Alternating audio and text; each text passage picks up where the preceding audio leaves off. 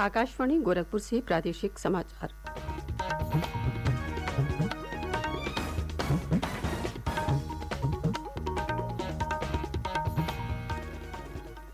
नमस्कार। समाचार बुलेटिन के साथ मैं सुषमा श्रीवास्तव। पहले मुख्य समाचार। मुख्यमंत्री योगी आदित्यनाथ 3 दिवसीय दौरे पर कल उत्तराखंड पहुंचे। पौड़ी गढ़वाल के यमकेश्वर में महंत अवेद्यनाथ की प्रतिमा का किया अनावरण। मुख्यमंत्री ने प्रदेश के सभी 18 मंडलों में अटल आवासीय विद्यालयों का निर्माण तेजी से पूरा करने के दिए निर्देश। कहा 2023 तक विद्यालयों का संचालन शुरू किया जाए।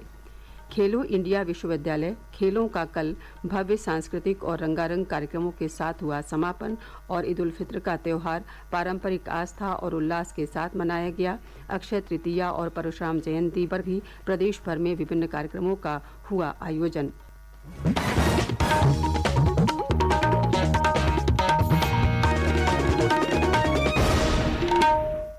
स्वतंत्रता की 75वीं वर्षगांठ पर आज़ादी का अमृत महोत्सव के अंतर्गत प्रादेशिक समाचार एकांश आकाशवाणी गोरखपुर विशेष प्रश्नोत्तरी का आयोजन कर रहा है।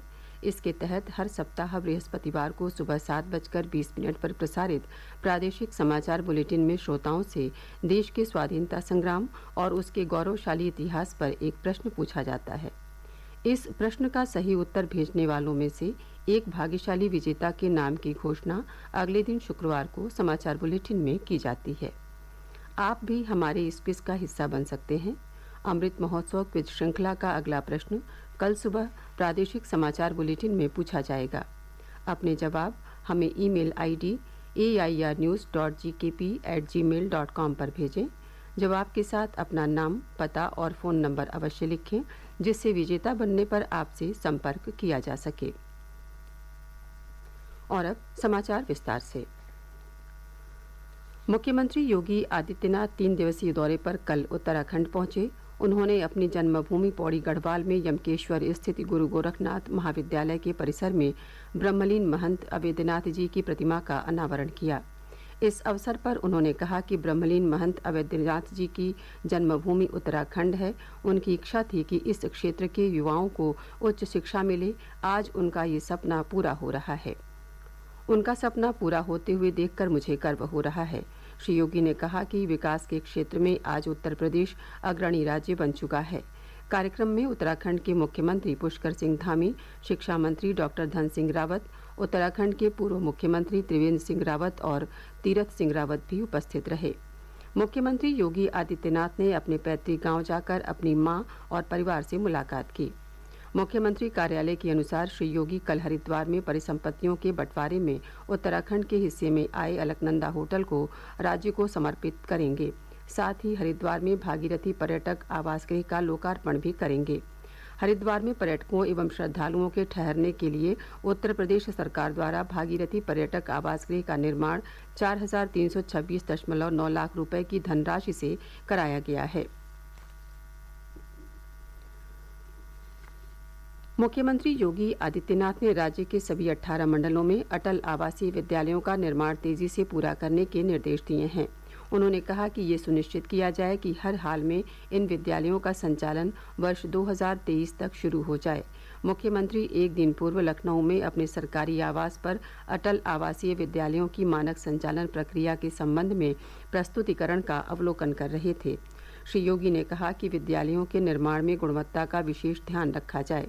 साथ ही विद्यालयों और छात्रावास के भवनों की वास्तुकला भारतीय दर्शन और संस्कृति के अनुरूप हो। विद्यालयों के निर्माण में आधुनिक तकनीक, डिजाइन और सुविधाओं का समावेश किया जाए। मुख्यमंत्री ने कहा कि विद्यालय भवनों में श्रमिकों के बच्चों की आवश्यकताओं के अनुरूप व्यवस्थाएं सुनिश्चित की जाएं।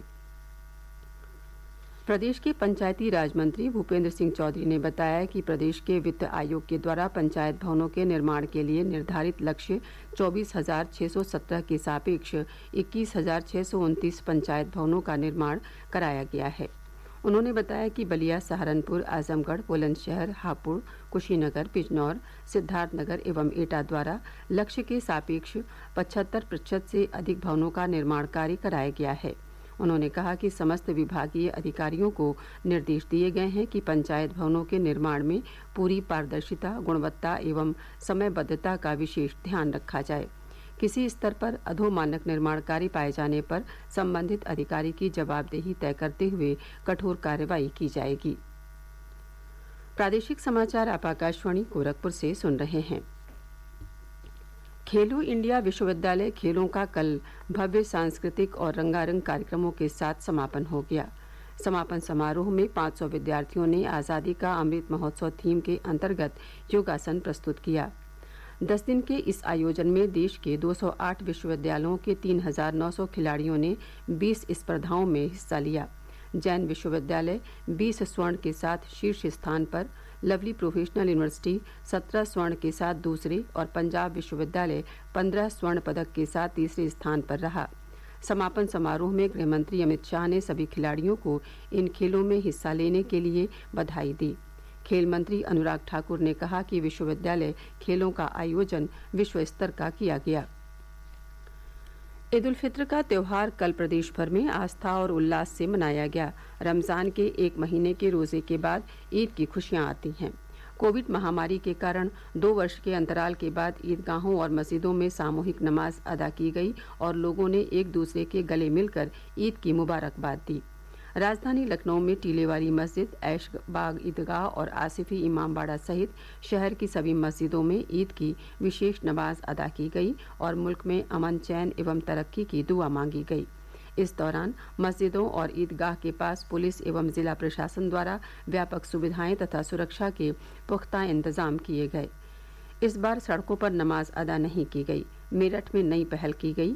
ईदगाह के साथ साथ फैज़-ए-आम इंटर कॉलेज के मैदान पर भी नमाज अदा की गई। वहीं आगरा में ताजमहल के अलावा जामा मस्जिद, ईदगाह, शाही मस्जिद सहित सभी मस्जिदों में ईद की नमाज अदा की गई।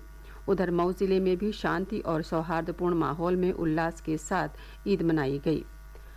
बदायूं जिले में शांति और सौहार्दपूर्ण माहौल में उल्लास के साथ ईद मनाई गई। एक रिपोर्ट।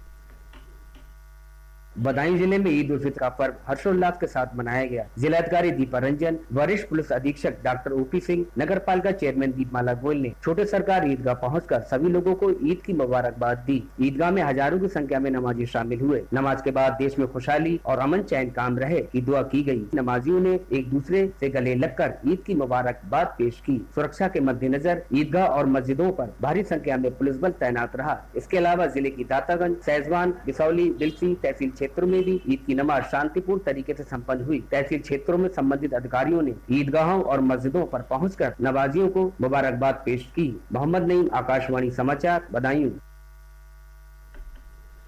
अक्षय तृतीया का पावन पर्व कल पूरे प्रदेश में श्रद्धापूर्वक मनाया गया।